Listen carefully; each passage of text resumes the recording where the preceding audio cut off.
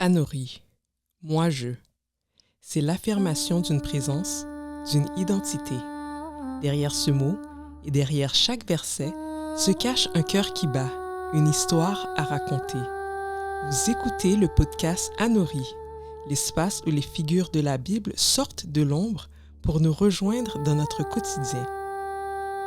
Je suis Anathalie Jean-Charles, votre guide dans cette exploration narrative. Installez-vous confortablement, laissez de côté le bruit ambiant et accueillez le Saint-Esprit afin qu'il ouvre votre cœur au récit de Hadassa, la reine qui a jeûné pour sauver son peuple. Hadassa, il dresse une table dans le désert.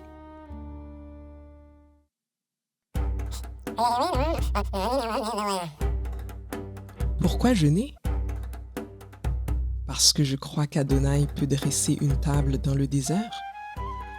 Venez, approchez et prenez place aux célébrations de Purim. Hadassa verse une fiole d'huile parfumée de myrte sur la tête des visiteurs et s'assoit à la place d'honneur. Purim Sameach, joyeux Purim, lance-t-elle en levant son verre. Elle s'adresse à ses convives. Bonsoir à tous, je suis l'impératrice de Perse, Esther, l'épouse de l'empereur Ahasuérus, dont l'empire s'étend depuis l'Inde jusqu'en Éthiopie sur 127 provinces. On m'a amenée au palais royal de Shushan comme un objet, comme une ambassadrice silencieuse d'un empire qui dévore. Je suis également Hadassa, une jeune Israélite, fille d'Avihaïl, de la tribu de Benjamin. Je fus dans la main de la Providence un instrument pour sauver d'une complète destruction mes chers compatriotes. Je profitais de ma haute position pour intercéder en leur faveur, malgré le fait que ma démarche pouvait me coûter le trône et même la vie.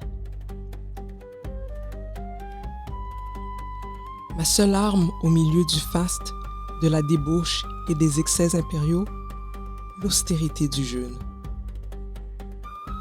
En effet, quand l'abondance, l'opulence, la frénésie à laquelle s'écoulent les jours, les bruits assourdissants de tes peurs, du danger, de tes angoisses et l'opacité de ton orgueil t'empêchent de voir ou même d'entendre la voix du bon berger qui te dit calmement « Ne crains rien ». Le jeûne impose une rupture dans l'espace. Le saisissez-vous?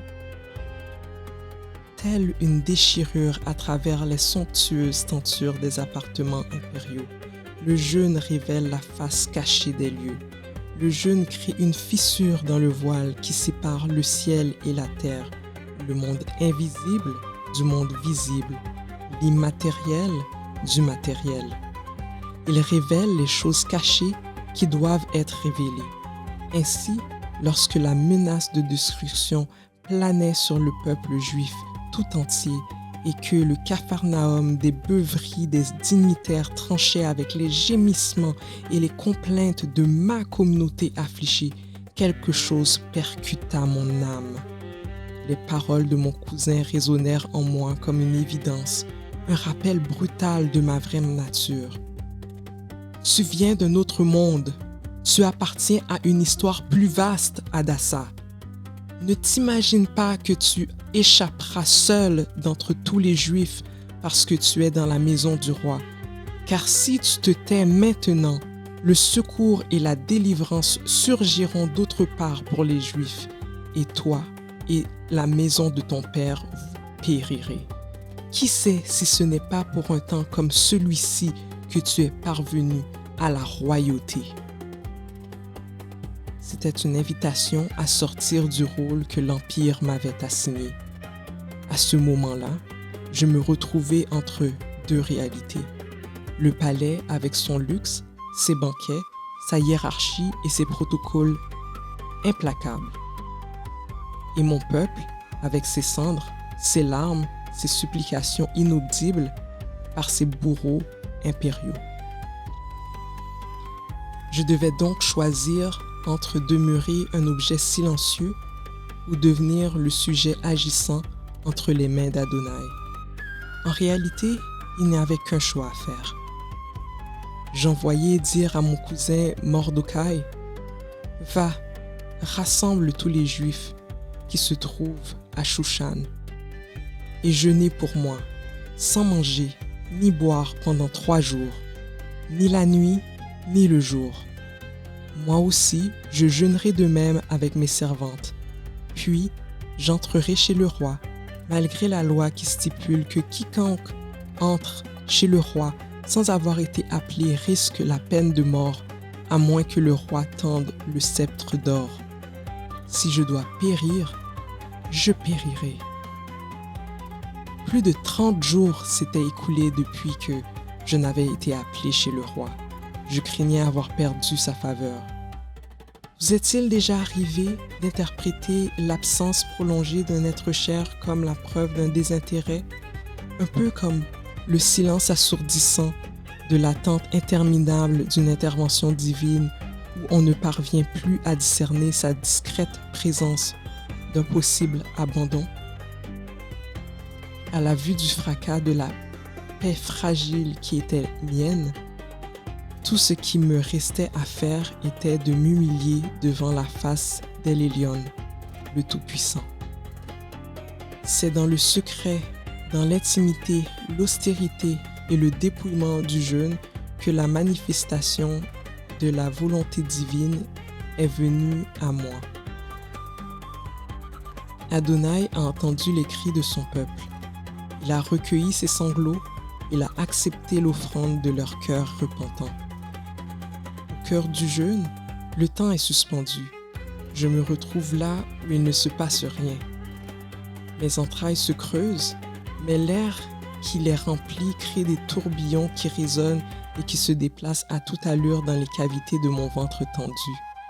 Ma langue gratte mon palais dans l'espoir qu'un peu de salive puisse apaiser ma gorge qui reproduisait l'horrible sensation d'un lit de sable. Mais dans la prière et l'adoration, Adonai m'invite à son festin. Il dresse devant moi une table en face de mes adversaires. Je suis la convive d'Adonai et il m'installe à la place d'honneur. La table est remplie de mets succulents et délicats, plus que ceux du roi Nabuchodonosor au sommet de sa gloire. Le lait, le miel et le vin coulent à profusion alors que mes ennemis stupéfaits me regardent savourer chacun de ces plats sans qu'aucun ne puisse lever la main contre moi. Je suis sous la protection de l'hôte de ces lieux. Plus rien ne peut m'atteindre.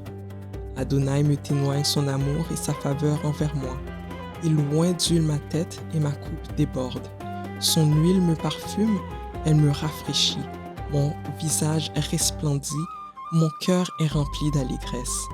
Adonai est mon partage et la coupe à laquelle je bois. Ma coupe sera toujours pleine. Je me délecte de ce jeûne qui est devenu pour moi un réel festin.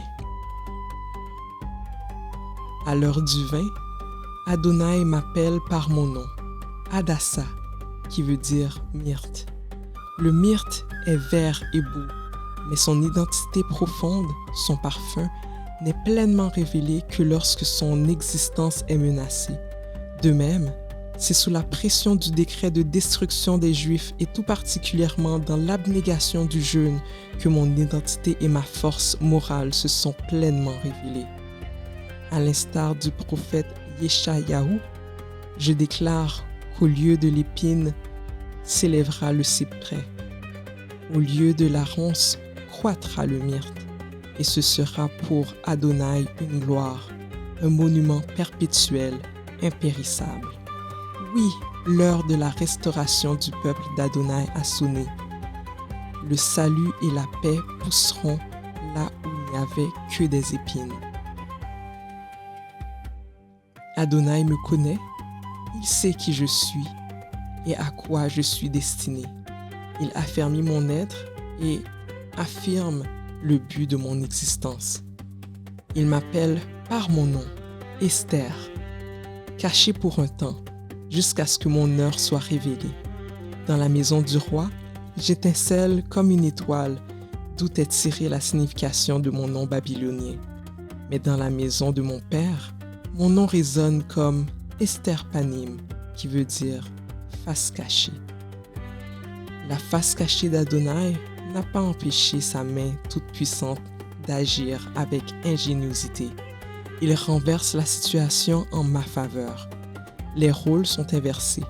Les bourreaux sont exécutés et les condamnés sont affranchis du décret de mort qui pesait sur leur vie. Le faste n'est plus un piège, c'est un terrain de mission. Je suis la femme du jeûne dans un monde de faste et la femme du faste guidée par l'humilité du jeûne. Dans ce monde clinquant d'abondance et de démesure, jeûner peut sembler obsolète, décalé. Cependant, le jeûne ne se résume pas à s'abstenir de nourriture, mais à se régaler de la parole d'Adonai. Le jeûne est un festin, car l'homme ne vit pas de pain seulement, mais l'homme vit de tout ce qui sort de la bouche d'Adonai. Peut-être que, comme le peuple d'Israël à la sortie de Mitsraïm, au milieu de ton désert, tu te demandes si Adonai peut y dresser une table pour toi aussi. Ne perds pas courage, ne sois pas incrédule. Entre dans le lieu secret. Soumets ton corps, tes désirs, tes penchants à Adonai. Discerne ce qui te contrôle et abandonne-le à Adonai. Fais d'Adonai tes délices et il te donnera ce que ton cœur désire. Visualise le festin auquel Adonai t'invite en présence de ceux qui s'opposent à toi et sois assuré de la protection qu'il te procure alors que tu t'assois à sa table. D'une huile fraîche et parfumée, il panse tes plaies, guérit tes blessures et inonde ton cœur de joie. Il remplit ta coupe de toutes sortes de bénédictions que tu ne peux compter. Apprécie sa grâce et réjouis-toi. Aujourd'hui, c'est jour de fête, car nous célébrons Purim. Il commémore le salut miraculeux du peuple juif dans l'Empire perse, du complot ourdi par l'oppresseur, l'ennemi Aman, ce misérable, pour détruire, exterminer et anéantir tous les Juifs jeunes et vieux, enfants et femmes, en un seul jour. Purim, c'est la fête du renversement. Il nous rappelle qu'Adonai écrit des fins alternatives, même quand tout semble scellé. Adonai prend soin de son peuple et rien ne peut entraver son plan de salut pour celui-ci. Dans un mois à peine, nous célébrerons Pessah, ou Pâques.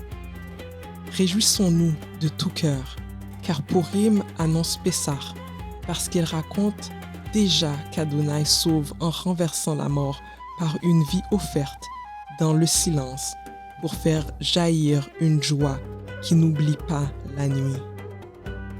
À Purim, le peuple juif vit sous une sentence légale, irrévocable, inscrite dans la loi de l'Empire. La mort n'est pas une menace vague, elle est programmée, datée, autorisée. À Pâques, l'humanité n'est pas juste fragile, elle est sous un régime de mort. Personne ne peut annuler le décret de l'intérieur. Pâques commence toujours par ce constat brutal. Nous ne pouvons pas nous sauver nous-mêmes. À Purim, la délivrance n'arrive pas par l'annulation du décret, mais par son renversement. La loi de la mort est retournée contre elle-même. Le jour prévu pour l'extermination devient jour de joie. À Pâques, l'ange de la mort passe par-dessus nos maisons marquées par le sang de l'agneau immolé pour nos péchés. La mort n'est pas ignorée, elle est traversée. Puis, elle sera un jour vaincue de l'intérieur lorsque nos os desséchés reprendront vie. Réjouissons-nous ensemble, car Purim annonce la victoire finale que nous obtiendrons tous sur la mort au jour d'Adonai. Rag Purim Sameach, joyeuse fête de Purim, L'Echaim à la vie.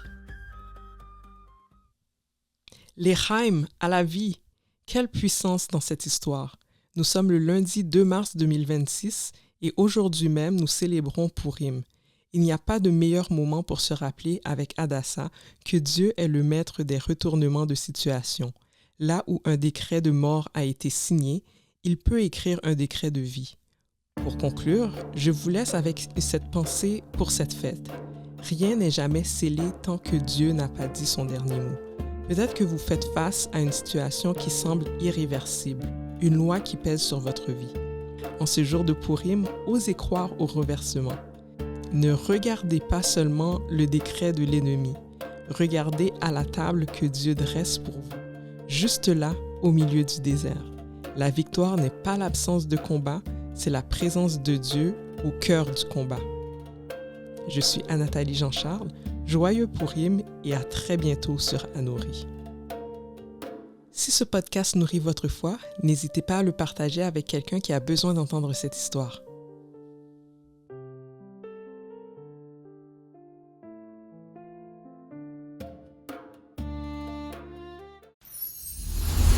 Ah!